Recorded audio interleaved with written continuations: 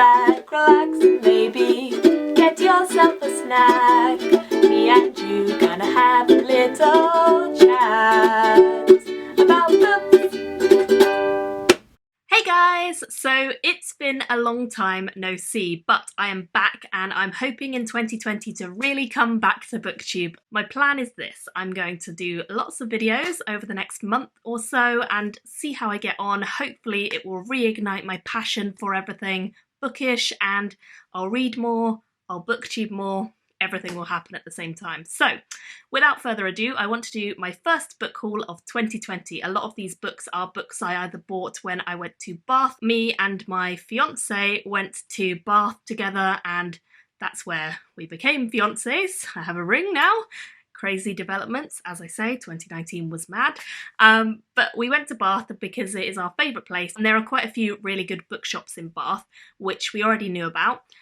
So we made a point of going there and spending some vouchers we had, and I also recently went up to London and bought myself some books from Forbidden Planet, and then I've had a couple books sent to me since I last did a book haul as well. So lots to get through and hopefully we can get through it together and enjoy seeing some of these books that I have to show you guys. So let's just get started. So the first book I want to talk about is this one. It's called Dungeon Dive, Tales from the Gods Game, a lit RPG story by Rohan M. Vida. This book was sent to me by the author, I believe, and it's a story that is based around lit RPG, which means it is kind of based on like role-playing games and dice games and that kind of thing. I have read one or two other lit RPG kind of genre books, so I'm quite intrigued about this fairly new, I would say, category of book, and this one follows two characters who have to go through some sort of dungeon crawl type thing. This is kind of their story. I believe it's a collection of loose stories that tie together rather than a novel as such, and this is only volume 1, so I think there will be more to come. Next up, I have a book I was sent by the publisher. This is CTRL+S or CTRL-S, however you want to say it, and it's by Andy Briggs. So this is set in a world where basically the problems of today have kind of gone away. Things like global warming, they've been solved, and we're almost in this utopia where this thing called space, all in capitals, has been created, and it's basically a virtual kind of reality where people, ordinary people, can basically do whatever they like. And this sounds great, of course, but there are flaws to this system as always, and in this system there are people being taken, their emotions are being taken and harvested for kind of cheap, easy thrills for the rich. And so it's definitely a story that is going to entail some dark bits. And we follow a character called Theo, whose mother disappears, somehow connected to space. And I guess we'll see where the story goes from there. But this one definitely sounds really interesting and it's published by Orion. Next up, I have a few books which weirdly came twice to my house. One of them, I think the first one got lost in the post because it never turned up, and so I asked the publisher to send it again. And then weeks and weeks later, another one turned up, which was very battered looking on the outside, the package. So I think this one got lost in the post. And this is Always Here For You by Miriam Halami. This book is a proof, so the actual cover doesn't look like this. I'll see if I can find a picture of it. But this one I think is kind of on a contemporary vein a little bit. I don't know too much about it, and it doesn't actually have a blurb or a sheet with it, so I can't really tell you guys much about it, but I've got 2 copies. That was upside down. I've got 2 copies, so if I like it and if I think it's worth recommending to you guys, then I will do a giveaway for the second copy. So look out for that, potentially coming soon. And another book, which again, I weirdly, different publisher this time, got 2 copies of, is this one, High Fire. This is Ian Colfer, who is the author of the Artemis Fowl series. It's his new series, and this is the first book in that series. Again, I don't know why I got 2 copies. This one actually, both copies turned up at the same time on the same day in 2 separate packages. So I was very confused about that, but if I like it, which hopefully I will, I'll do a giveaway of the second copy. So this one sounds like it's going to be quite a rip-roaring adventure fantasy. It is Ian Colfer's first adult fantasy, I believe. All the other stuff he's written up to this point is children's or YA. And it's about a dragon, hence the sort of scales on this proof copy, who is vodka drinking, he is wild, he loves to dance, he loves to kind of get all over the place, and he is based in a Louisiana bayou, and it just sounds like it's going to be a good laugh. I know the Artemis Fowl books really well from when I was a kid and a teenager. I loved those books. I thought they were so fun, and the humour and the snark and the wit is something I distinctly remember from those books. So I'm really hoping that that is something he's carried into Highfire, and I'm intrigued to kind of see how he approaches adult fantasy rather than YA fantasy. So very much looking forward to this. I think there is a blog tour which is happening in January as well, so you might see me review this one fairly soon. Next up, moving on to the books that I bought for myself in Forbidden Planet the other day. The first of those is The Woman's War, which is by, try not to drop it, which is by Jenna Glass. I'm obviously out of practice. And this one I picked up mainly based on this quote on the back, which is from the New York Times. It says, "It's refreshing to see women becoming heroes in a world that wishes to keep them muzzled. Whilst feminist science fiction and fantasy books have been around for decades, Octavia Butler, Ursula K. Le Guin and Anne McCaffrey, tales that reflect recent feminist movements like #MeToo are an essential next step." So this is all about women, and it is set in a new kind of world where a spell has given women the ability to control their own fertility. And it sounds as though we are following two women. One of them is called Alice, and she is a single mother of two who has just started to kind of unlock magic in herself, which is something that until this point was always reserved for men.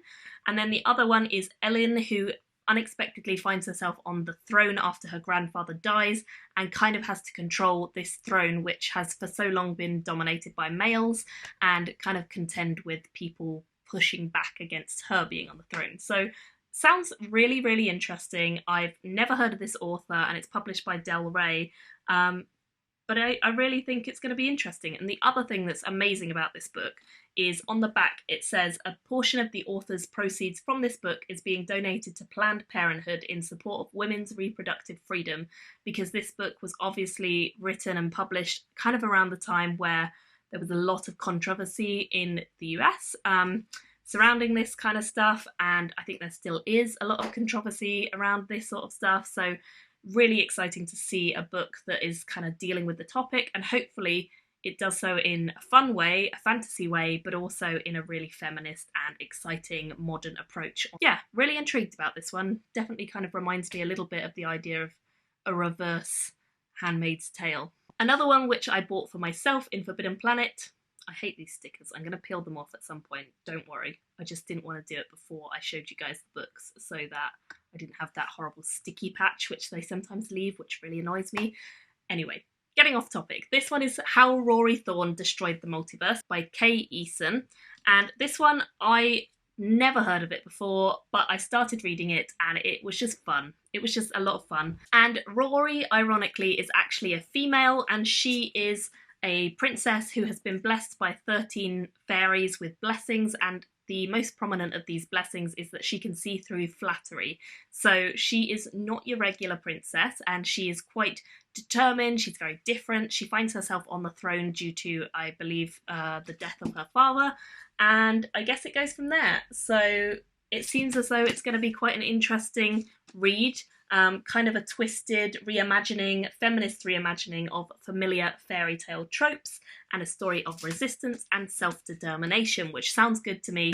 I think I have a little bit of a theme going with like modern feminist fantasy combos at the moment. I don't know, I picked these two at the same time, so maybe I do, but very excited to read them both. They sound like a lot of fun. And the final one that I bought in Forbidden Planet was this one, Doing Time by Jodie Taylor. I did not know this book was coming out, but it is, I believe, set in the same world as the Chronicles of St. Mary series by Jodie Taylor, which is one of my favourite series ever. It's just so much fun. And this actually follows the Time Police. The Time Police are a kind of faction in the Chronicles of St. Mary who are from the future in the Chronicles of St. Mary, but presumably this is set in the present. I picked it up instantly. I love her stuff, and I'm very excited to get into this one very soon, especially since I didn't know it was coming out, which I can't believe I didn't know, but I'm very happy it is. Another one which I bought for myself, although this time I bought it in Waterstones, is this one. Honestly, this was a complete cover buy, but with that being said, I have read The Night Circus by Erin Morgenstern, and I loved it when I read it a long time ago, but I loved it. So This is The Starless Sea by Erin Morgenstern. It is a standalone, I believe, and it is beautiful. Like, this cover, the whole way around, is stunning. Honestly stunning. And then look, the book edges have this amazing print, and the end papers have this amazing print. So yeah, just so many beautiful things about this book that meant I had to buy it, of course. And then also, I mean, I don't even need to know what it's about. If it's anything like as evocative as The Night Circus was, with the beautiful descriptions and the lyrical writing and the emotive world that that creates, hopefully I will love this, because that was honestly, writing was luxurious. So hopefully this will be more of the same, and I'm looking forward to reading this sometime soon. I haven't really seen many reviews of it. I think I've seen quite a few people haul it, but yeah, I'd like to read it and see what I think for myself. And now moving on to the books that I got whilst I was in Bath. These were largely recommended to me by the sellers in the bookshop. It's Mr. B's Book Emporium in Bath that we usually go to, and they have the nicest staff ever. Really knowledgeable, really helpful, and so willing to sort of spend time chatting about books, giving recommendations, all that kind of thing. So I spoke to the guy who knows about fantasy and science fiction, and he recommended me, I think I bought 5 books. I think he recommended me about 20 books, but I had read a lot of the books he recommended me to start off with, so then we had to go a little bit more niche with some of his recommendations, which is fine by me. So first book that I got from there is called Only Forward, and the book is written by Michael Marshall Smith. This one is going to be quite a weird one, I think. I believe this book is kind of like a classic that a lot of people would say is very mind-bending. It follows a private investigator called Stark, who goes to work and something happens. Now, something happens is capitalised, so we know it's going to be something big, but we don't know what. We also know that this something that happens is kind of the point of the whole story, and the private investigator has to keep kind of barreling forward to try and uncover what is going on. Honestly, I don't know more than that, but the guy in the shop said that it was definitely one of those books which is weird, but also wonderful. So hopefully that is what I get from it. It's a fairly short read, so fingers crossed we can give it a go. I think my fiance also really liked the sound of this when the guy was describing it, so he probably will pick this one up and read it as well, I'd imagine. The next book that I got whilst in Bath is called Ifthen, and it's by Matthew D. Abiatua? I'm not quite sure how you say that, but this author I'd never heard of before, and the book sounds really interesting. It's set in a world where the process has kind of become this algorithm, this AI almost, which is controlling everyone. It controls everyone's lives, it allocates resources, it allocates everything to people so that they can live, and supposedly it's a good thing. However, we kind of follow the story where it turns out that maybe it's not as good as it seems, and we're following a bailiff who is called James. His job is to make sure the orders that the process is giving out are enacted, but it seems as though the process has kind of diverted its attention a little bit and is readying for war and making soldiers. So I guess it's going to go from there. It sounds fascinating. It kind of reminds me a little bit of the ideas in the Scythe series by Neil Shusterman, which I really enjoyed the AI side of that story, and I would have liked to see more. So I'm very interested to see more in this kind of book and see whether it really draws me in the way I was hoping for. Fingers crossed it will. Next up from the shop in Bath was Horse Destroys the Universe by Cyriac Harris. This one I actually wasn't recommended, but when the guy saw me holding it at the end when I was paying, he was like, actually, that's a really good book. I should have recommended it to you. I just saw this on the shelf and thought, my God, what a horrible cover. This is disgusting. And then I started reading the book and I was like, okay, damn, I'm going to have to buy the horrible cover because the book is hilarious.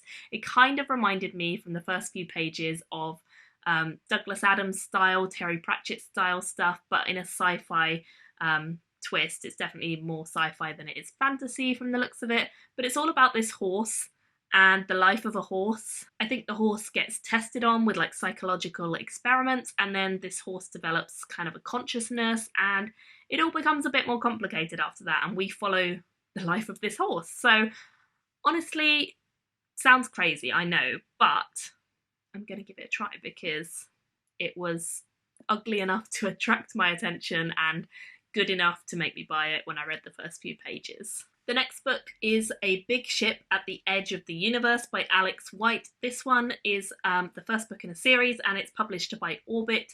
I actually had seen this one around, but I wasn't really sure it would be my kind of thing. But then the guy in the shop sort of compared it a little bit to Firefly, and I was like, I really liked Firefly, so maybe I'll give this a try. And on the back, actually, a couple of the quotes also kind of compare it to that. It's about a washed-up treasure hunter, a hotshot racer, and a deadly secret society. They're all on a race against time to hunt down the greatest warship ever built. And I guess it revolves around that and some sort of saving the universe, probably, I'd imagine. It really sounds like it'll be a lot of fun. I love this style of book. It's that matte cover, which is just soft. I just love that style of book. And I really like the cover design now that you can see it up close. There's a little ship down here with all the smoke coming out. It's very interesting. So I'm looking forward to seeing this, reading through, yeah. And then the final book for this book haul, and the final one I got in Bath, is This Is How You Lose the Time War, which is by Amal Emotar and Max Gladstone. This is a joint endeavour where I believe each of them kind of takes a character or takes a chapter and writes it together. So it's a very interesting sounding book. I haven't started reading it, but Steve has. So he's like about a quarter of the way through, it looks like. And yeah, hopefully he's going to really enjoy it, and then I will read it, and hopefully I'll really enjoy it. But this one sounds pretty different to a lot of the other sci-fi and fantasy I read. It sounds a bit more lyrical, it sounds a little bit more whimsical. It says, Rich and Strange, a romantic tour through all of time and the multiverse. I've also not read any of Amal Motar's stuff, I don't think. Maybe a short story here or there. But I know that they are supposed to be really good. So I would like to read their stuff. And Max Gladstone, I think the same is true of Max's work, actually. So really need to catch up with these authors because I haven't been reading their stuff, which is a shame. But yeah, got this little book, very short. So hopefully I will really enjoy it when I get to it. So that is everything I have for this particular book haul. I would love to have your thoughts on any of these books. I think a lot of them are kind of a little bit more niche in this book haul, so I very much would be interested to hear if you've read them, picked them up, or if you're just going to go and pick them up and read them now that you've heard about them. Thank you all so much for watching, and I'll see you in my next video. Bye guys!